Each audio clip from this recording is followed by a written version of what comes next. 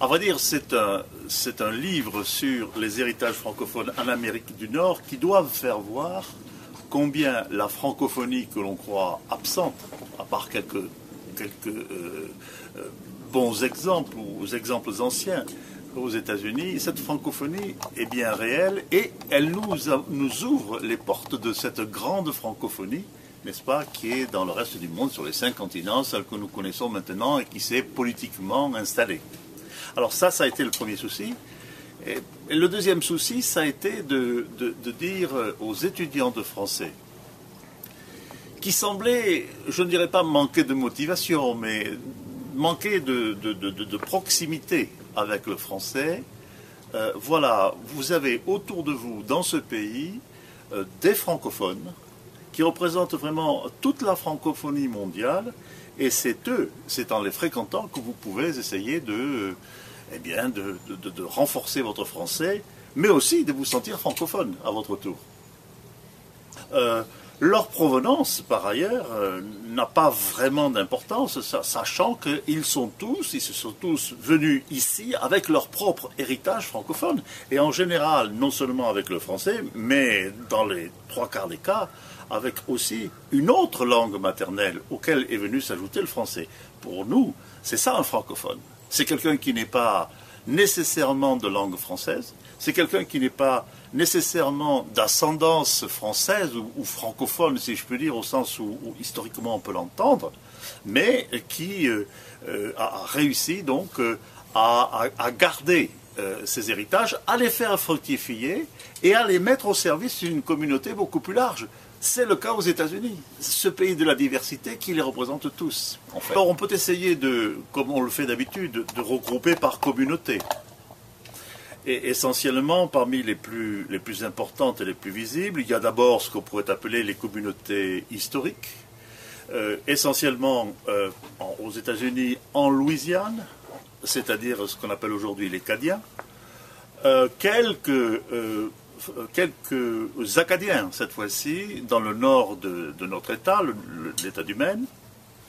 Et puis ensuite, évidemment, il y a toute cette présence européenne qui est venue petit à petit depuis le départ, sans oublier les Français, bien sûr, mais les Belges, les Suisses, etc., qui ont beaucoup contribué aussi à la participation de ce pays. Pensez aux Huguenots, par exemple, hein, chassés maladroitement, on peut le dire, maintenant par Louis XIV de ce pays, qui sont venus s'installer ici et qui ont donné naissance à tout ce tissu industriel, n'est-ce pas, qui va faire un peu la richesse des États-Unis. Bon, alors j'en reviens aux autres communautés. Évidemment, on peut voir des communautés constituées.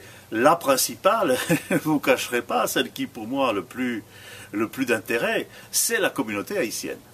Parce que là, nous sommes vraiment dans les circonstances dans lesquelles voici une communauté qui existe, encore une fois, qui est américaine d'abord, chose très importante, ensuite qui a amené des héritages qui nous ramènent alors encore plus directement à l'Afrique, aux notions essentielles, et qui aujourd'hui donc fait partie de ce pays de la diversité.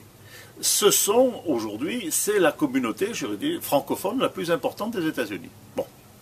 Ensuite, vous avez de plus en plus en nombre tous les Africains qui sont venus d'Afrique subsaharienne et qui arrivent maintenant en assez grand nombre et qui sont venus en quelque sorte s'ajouter à ce qui a toujours existé, c'est-à-dire les francophones au contact du monde arabe, soit dans le Maghreb, avec les 2 anciens protectorats français et bien sûr l'ancienne colonie d'Algérie, et puis tout ce qu'on appelle aussi le Mashrek, c'est-à-dire le Moyen-Orient, comme on l'appelle ici, et qui va de l'Égypte à toutes les anciennes possessions ottomanes, Syrie, Liban, etc., dans lesquelles, effectivement, on va retrouver aussi un certain nombre de francophones qui ont fait ces pays et qui sont venus avec ces héritages. L'héritage là, comme vous le voyez, c'est un contact extraordinaire de langue avec, par exemple, la langue arabe. Que vous preniez une Marocaine ou que vous preniez un Libanais, vous allez avoir toujours ce même rapport qui est le rapport francophone, avec une langue donc, qui est importée avec une autre langue de contact, là vous voyez l'arabe en particulier, et puis vous avez tout ce qui est Bon, je dirais l'apport francophone qui est venu bien sûr de la colonisation, mais les francophonies n'existeraient pas, les diverses francophonies n'existeraient pas dans le monde s'il n'y avait pas eu la colonisation française. Hein, c'est-à-dire les deux empires coloniaux. Le premier, évidemment, celui de l'Amérique du Nord, que l'on va retrouver à travers, encore une fois, les descendants de la Nouvelle-France, mais aussi après la deuxième colonisation qui commence, nous n'allons pas faire un cours d'histoire, mais qui commence en 1830, n'est-ce pas, avec la conquête de l'Algérie, et qui va se continuer par, évidemment, la colonisation de l'Afrique subsaharienne et de Madagascar.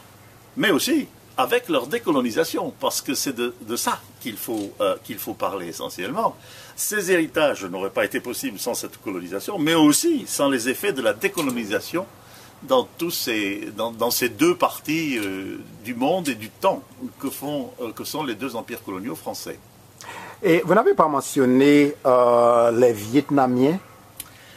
Alors, dans notre étude, c'est vrai, nous avons aussi pensé à toute cette francophonie asiatique, qui est une francophonie extraordinairement intéressante parce que, à travers les péripéties dont je vous ai parlé, il est sûr que le français n'est pas venu, alors surtout récemment, on passe notamment après la fin de la guerre du Vietnam, après 1975 en gros, ces francophones ne sont pas venus avec un héritage francophone basé très fortement sur la langue et sur l'apprentissage de la langue comme les autres, mais ils sont venus avec une espèce de francophonie que j'appelle beaucoup plus culturelle et qui les rapproche maintenant singulièrement des autres francophones. Je parle des États-Unis, n'est-ce pas?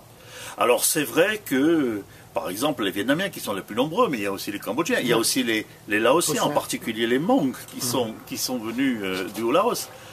Il y a des communautés qui, bien sûr, ne parlent pas français, mais qui, et surtout leurs descendants, mais qui ont cette espèce de, je dirais, de tropisme francophone qu'il est excellent de constater et peut-être sur lesquels il faut construire. Nous avons multiples exemples. Alors c'est surtout en Californie, je veux dire, hein, où ces générations de francophones maintenant, de Vietnamiens, surtout de Cambodgiens, d'une certaine façon, qui sont arrivés et qui se sont installés aux États-Unis, poussent leurs enfants maintenant dans les écoles internationales, dans les écoles françaises d'immersion, pour réapprendre en quelque sorte la langue de leurs ancêtres. Mais n'est-ce pas une chose qui est commune avec ce que font les Cadiens, par exemple? Vous voyez l'effort qu'ont fait les Cadiens en Louisiane, où il a fallu qu'ils se forcent de façon brillante à réapprendre une langue internationale pour pouvoir parler à leurs ancêtres. C'est un mouvement, ça, qui nous lie tous. Vous en avez un autre exemple là.